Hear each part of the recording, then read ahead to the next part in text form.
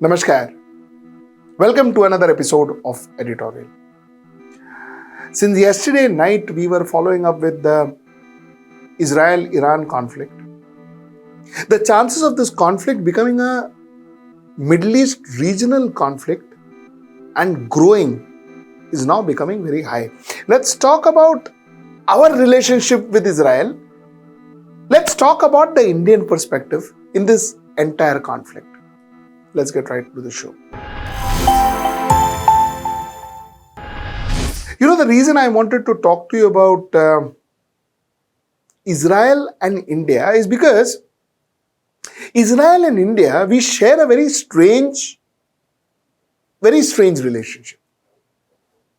We were never the best of friends, but we were always, in some form or another, very close to each other. Both the countries helped each other when they needed help most. And yet, we always kept a one-arm distance from Israel. I'll tell you what I mean by that. You see, Mahatma Gandhi and Nehru was never for Israel. They were never for separate Israel, that is, partitioning Palestine to create Israel. So, India, therefore, voted against the UN Resolution 181 in November 1948. We didn't vote for partition of Palestine. Israel happened in May 14th of 1948. The Jews were okay with the partition. The Arabs were not. And Israel happened, like I said, on May 14th, 1948. But India was not for it. But we didn't remain against it for long.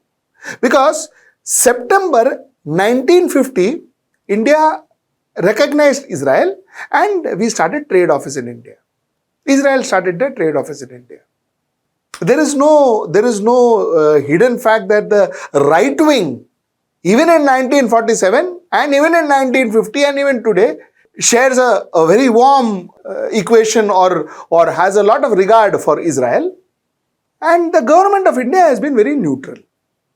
This is what it is. So we've come to 1950 when we started, when we recognized Israel and we got their trade office in India. 1950s mein, while we recognized, but our passport said that not valid in Israel.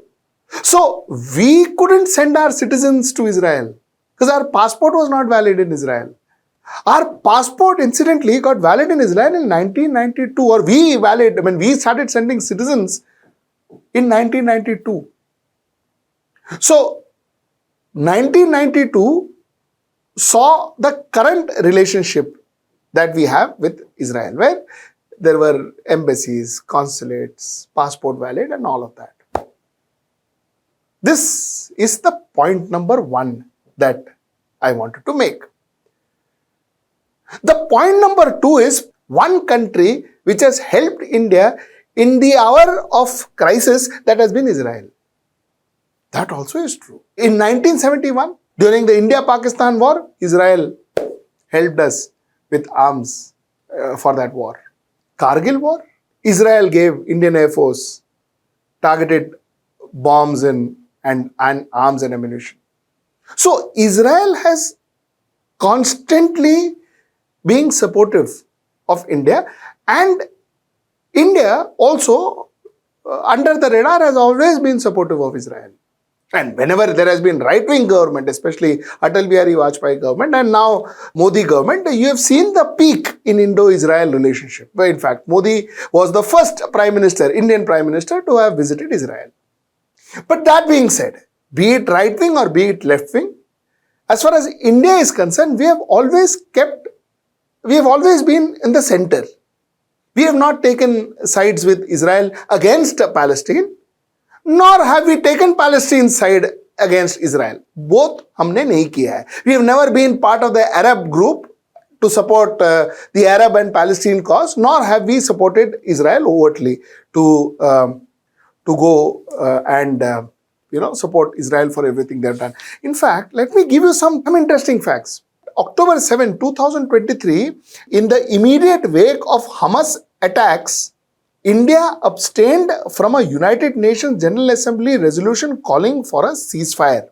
However, 2 months later, with the death toll of Gaza crossing 20,000 then, India voted in favor of United Nations General Assembly resolution condemning Israeli settlements in Palestine. So we, as late as 2023, voted against Israel and Israel settlement in Palestine.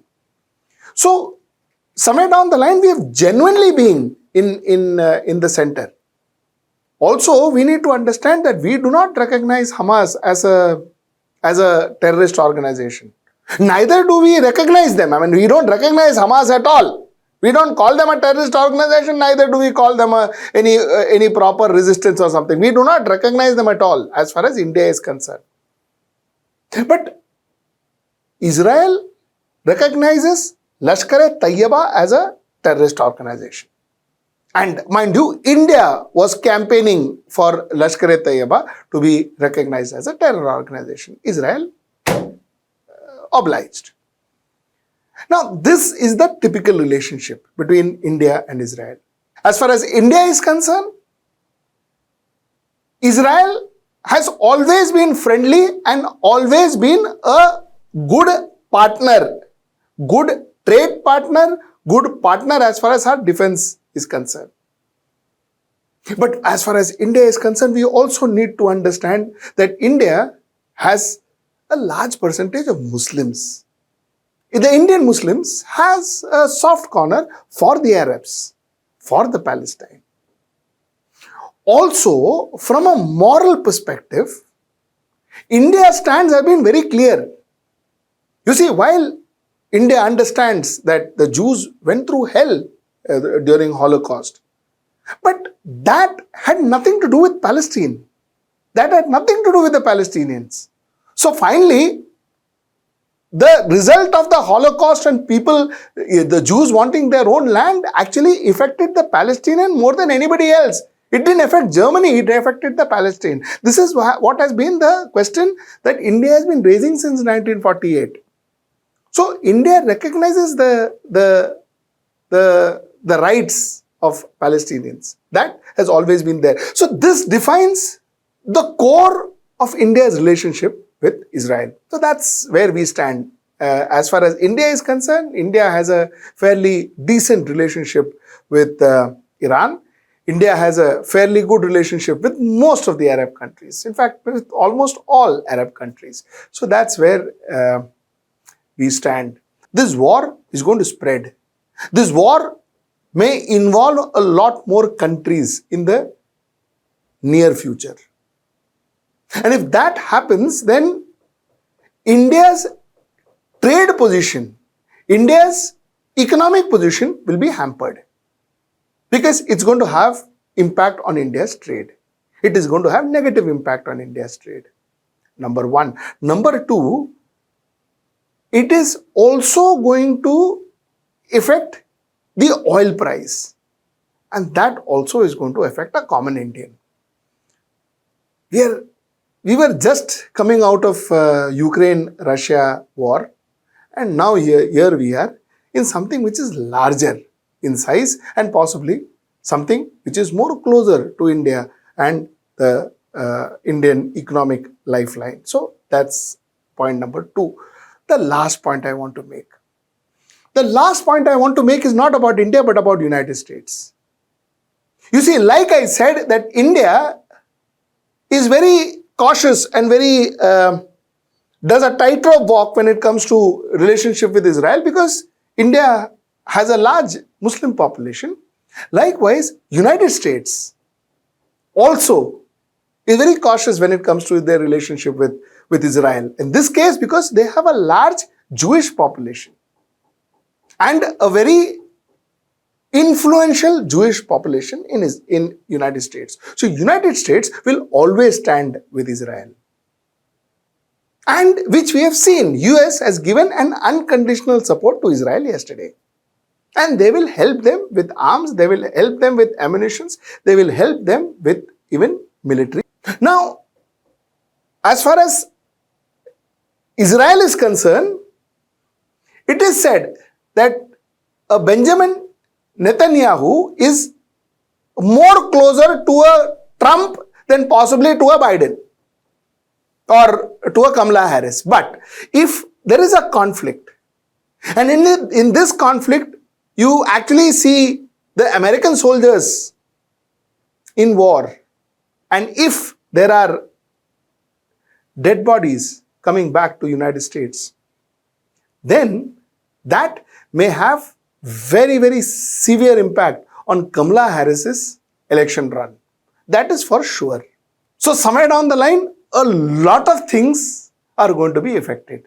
A lot of things in a lot of places across the globe are going to be affected. And the last point I wanted to make is, if you say traditionally, whenever America has been involved in a particular conflict, Russia has always stood by the other side. Is Russia going to be therefore involved with the other side in this case? That is the Arabs. Is Russia going to support the Arabs? That's something that one needs to see. At the moment, Russia has not taken any stance. They have kept out of it. But future, you never know. So these are factors that one should be looking out for. And these are factors that may directly or indirectly concern us as Indians. And that is why I thought I should get these points to your notice. Till I see you next time, that's tomorrow at 10. Namaskar. 2019, the year that changed Maharashtra politics forever. मी देवेंद्र गंगाधरराव फडणवीस ईश्वर साक्ष शपथ घेतो की मी अजित अनंतराव पवार गांभीर्यपूर्वक दृढकथन करतो की मी उद्धव बाळासाहेब ठाकरे ईश्वर साक्ष शपथ घेतो की श्री एकनाथ शिंदे साहेब यांना भारतीय जनता पार्टी समर्थन देईल आणि श्री एकनाथ शिंदे हे मुख्यमंत्री होतील. मी एकनाथ संभाजी शिंदे ईश्वर साक्ष शपथ घेतो की मी अजित अनंतराव पवार गांभीर्यपूर्वक दृढकथन करतो की. Now, as Maharashtra gets set for the 2024 assembly elections, We believe that we have the infrastructure, we have the know-how, we have the experience of covering Maharashtra. We want to cover the Maharashtra elections. what are the issues on the minds of the voter? Can sitting Chief Minister Eknath Shinde defend his turf with the BJP and Ajit Pawar by his side? Or will the legacies of Thakres and Pawar prevail? What role will Manoj Jarange Patil, the face leading the Maratha agitation, play? Now, for us to cover the Maharashtra elections, we need some funds, we need some money. We need around 5 to 6 lakh of rupees.